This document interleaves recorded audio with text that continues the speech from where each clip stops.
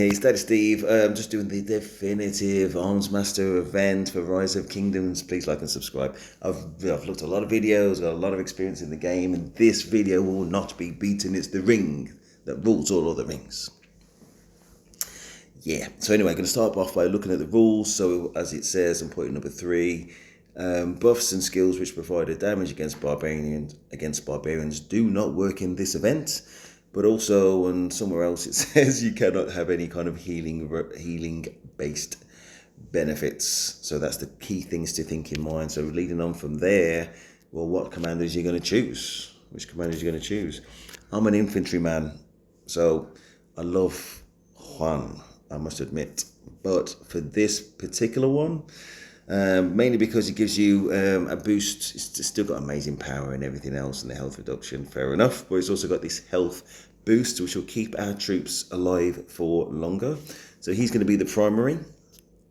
In terms of the secondary, similar reasons. He's got weak attack skill. So he's got a weak skill damage, but it does give you this useful 20% skill bonus and the attack bonus, but mainly the skill one, and also the boost to unit capacity. I'm thinking at the end when it's calculating the scores, it's going to calculate it based on how many troops you've got. The 10% is kind of useful. Again, I'm acknowledging that his skill damage is just some token thing. It's just overall, that's what I'm going with. Mehmet. And also, just before I forget, you go into the museum. There you go, an extra 30% health and 10% skill damage. How about that? Okay, so once you've got those commanders, you got to think about what I said in my last video when you're looking at this talent tree and when you're choosing all those march speed effects. And I said once you get into battle, march speed is out of the window. This is exactly what I'm talking about. Once you get into battle, you might have to select a few things which have march speed, of course, but you're not going to go out your way to select march speed unless you absolutely have to, and that's what I'm talking about. So that's another thing.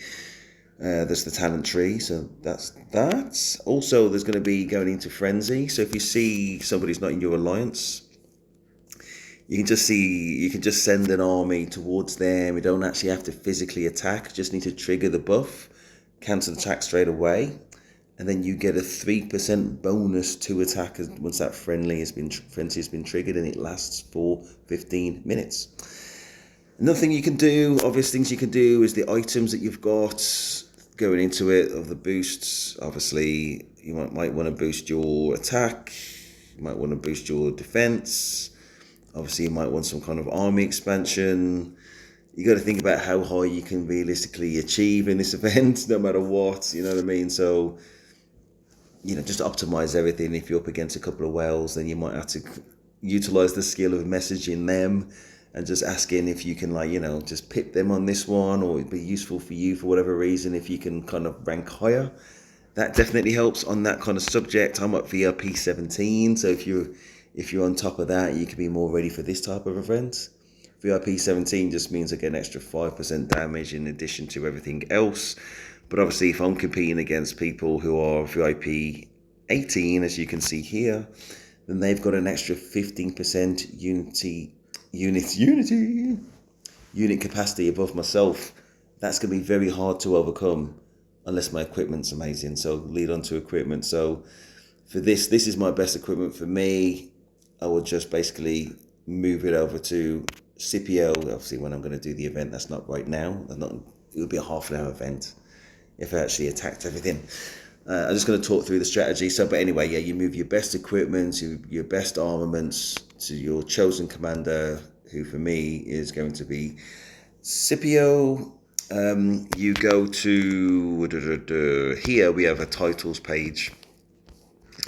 Basically, your Lost Temple skills, the skill that you're probably going to want, or the title you're going to want, is General. Still General, so I've got a 5% bonus to attack and defense. Very useful. You would think about your civilization. I've got Ottoman, which basically means that I get an extra 5% bonus to skill damage. Obviously, that's very useful. What else? talk about VIP. Oh yeah, obviously get a rune. You want to get a rune with preferably, was it 10% health rune?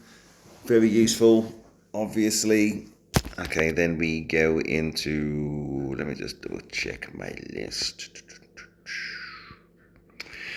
I do believe that's about it. So you go into the game. So the main things I'm trying to look at in terms of what skills activate first are, or the perspective I have.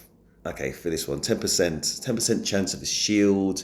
You ain't going to be alive for that long, especially early on. 10% chance of a shield means there's a 90% chance they won't get a shield. That's the type of thing I'd choose for the first 5. So I'm going to skip past the other 5 things I would choose and go straight to 6.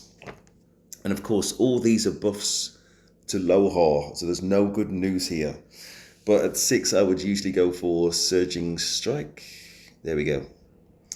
Okay, so when he uses a skill, so when using skills, Lohar immediately recovers 100 rage and increases normal attack, so not skill attack, but normal attack, it is what it is, by 100% for 3 seconds. But again, I'm expecting to get him out there super, super quick.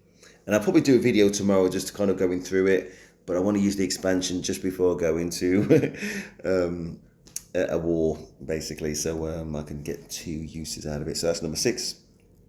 The next one is Iron Resolve. Okay, so Iron Resolve, yeah. So this would be the 7th one I would choose. Troops led by Lohar have a 100% chance to gain 200 rage when attack. And troops by my troops will also get a 50% rage. Listen, again, principle is we're getting them out of there as quickly as possible. We have to buff them with something. We've delayed it as long as we can. This is number 7. That's its position for me. So number 8, Malignant Venom, the poison. So literally, I don't know how this reads to everybody else, but anyway, so add a stack of poison with each attack. That means every second or every other second, lasting 10 seconds and stacking up to 30 times.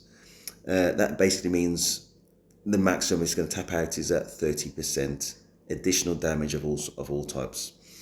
Duration is refreshed when a stack is added. Each stack increases damage taken from all sources by 1%. That's what it is. It's all bad news, as I said, as I keep on repeating. I'm aware of this. It's number 8. Number 9 is No Retreat. Okay, so when Lohar's troop strength is lower than 50%, his troops deal an extra 20% normal damage and 20% counter-attack damage. Those are the bits I'm not that worried about, but the reason why I had to put it in at 9th place is because this debuff to skill damage, so they take 20% less skill damage.